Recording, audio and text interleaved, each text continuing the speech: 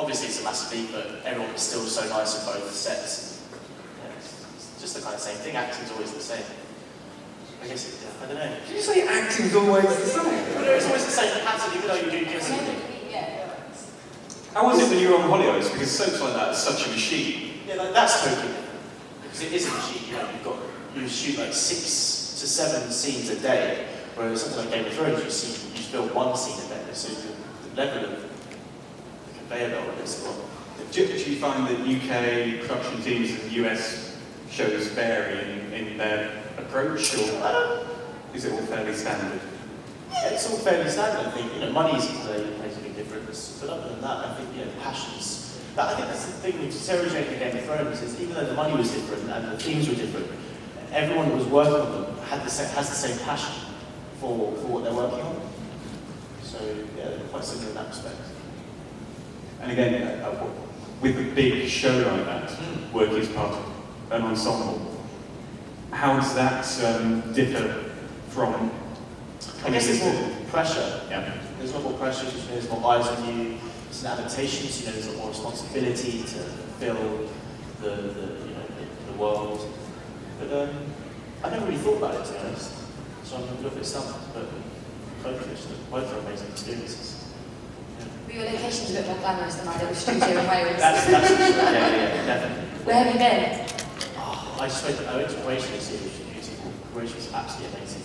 And Northern Ireland, Belfast, just the most beautiful places you never even thought existed in Ireland. Just rolling cliffs and seas.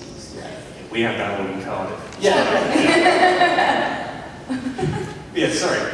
Next question. Yeah, had the series continued, do you think they would have pursued the relationship between Ronnie and Clyde? Oh, that's a good question. I thought you had a bit of a thing with Santiago when he was around. The adventure in it. I think, I did have a little bit. I think Ronnie had, I was going to say something that would have been taken out of context. I was going to say Ronnie had a finger with many pies, but then I knew that you do that face and I didn't mean it like that. And then sometimes Ronnie would have a little flirt with Luke and then she'd have a little flirt with Clyde. I never noticed you flirting with Luke. Did you not? They wrote a few bits in like that. He never flirted back. No, never. No. I think that's probably why I went I think you had more relationship with Mr. Smith. Imagine that. Yeah, we all had a thing with Mr. Smith. Yeah. I could have seen that, the tricks from Mr. Smith, because we were going to write an episode where Mr. Trick. Hey, that's your child, that's what you're talking about. I think they were going to write an episode, or they did write an episode where Mr. Smith came out and he was just fit for He came out. Oh no, not me. See, it's you, it's not even me. You said it. How did you think else could that be construed? I'm sorry, Sarah Jane. I have some bad news for you. Sorry, yes, they were going to write an episode where they had an avatar and it was going to be Amazon. He became solid. Yeah, and he was going to be a little geezer, and he was just... But would he have been gay? I don't actually know. Okay. Should we say yes, just for the sake of conversation? Heard it here first. Please tweet this. Anjli says David Hunt is hot and Mr. Smith is gay. I don't know what to say. Sorry, what was the question again? Oh yes. Yeah, I did see an episode that they wrote in kind of like, what's the word, like before it would have got filmed, where I think you did see a little bit more of their relationship, but I think apart from that moment of maybe getting together, I think most of the stuff that they had planned was a will they, won't they kind of thing. I think they...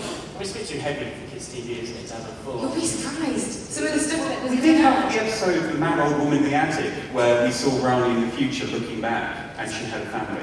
Yeah. I can't remember who, did we establish whether that was Clyde Davis? We didn't know who her fellow was. Again, she was a very mysterious character. Could have been Clyde. Could have been Mr. Smith. maybe she got Mr. Smith to back for her tea. Maybe. If anyone could, it would be you. Well, me and my Sonic Stiletto. Oh, blimey. God. I've got one last question because my mind is absolutely frazzled by all these thoughts of Mr. Smith and Ronnie. Any takers? No? Oh, blimey. Someone would just say, I'm alright. Like, okay, I definitely he's alright, so I think you're alright. He's all out. Oh, he's all out. Of course he said, I'm alright, thanks. Okay, I will ask you all one final question. What is your favourite memory you take away from working on Sarah Jane? Obviously you've done it for different periods of time, worked with different people. What's the one thing that sticks in your mind more than anything? I think filming in Newport and watching a woman who'd shoplifted being pursued by a pack of policemen, and her defence was to take down her trousers and take a dump in the middle of the street. I swear on my life that happened. I swear down. I think that was my Did she favourite. get out of it? Maybe she arrested or was it just so I think the close out? police ran away and brought a white man with a straitjacket to take over. I knew the moment you started telling that where that was going. You heard that story as well. You knew about that story too, right? You can back me up. Yeah, that's absolutely true, but I can't believe she shared it. It's a moment, the whole time. That's it. No, Nothing to do with monsters or the lovely people. Yeah. It was a random shoplifter. Without sounding really cheesy, there was honestly Yeah. being lucky enough to do it for 3 years, there were so many moments where you just kind of have to pinch yourself and be like, this is actually happening. This is actually, and then you've seen a woman poo herself, and I'm just going to bring it to overdrive. I was like, this moment is what I've been training for all my life. Me here right now, watching this. I was going to say, Finn, can you match that? Again, without sounding super cheesy, like whenever I think back to the time of filming Sarah Jane, it was just the amazing, lovely vibe that was there. It was just a real hub of just like fun times and running around, getting chased by aliens, and it was such a fun. Because it was a kid show, it wasn't tainted with any kind of like real pressure or like bitchiness or like politics. It was just None of pure, that. clean, And it sort was of. fun. Yeah, it was a lot of fun.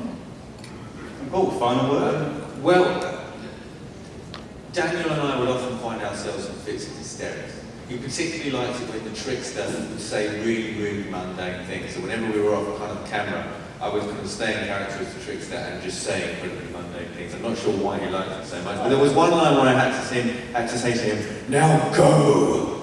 And just off camera I said, "Now go! Walk out the door! Don't turn around now!" And it was hysterics. And we couldn't film the bloody scene. We couldn't, every time I said to him, "Now go!" Burst out laughing. I would burst out laughing. We couldn't do it. In the end, we had to get someone else in the trickster costume, and I had to stand in the other room, and say, "Now go." And that's how we got to. Well, thank you all very much for sharing some stuff with us.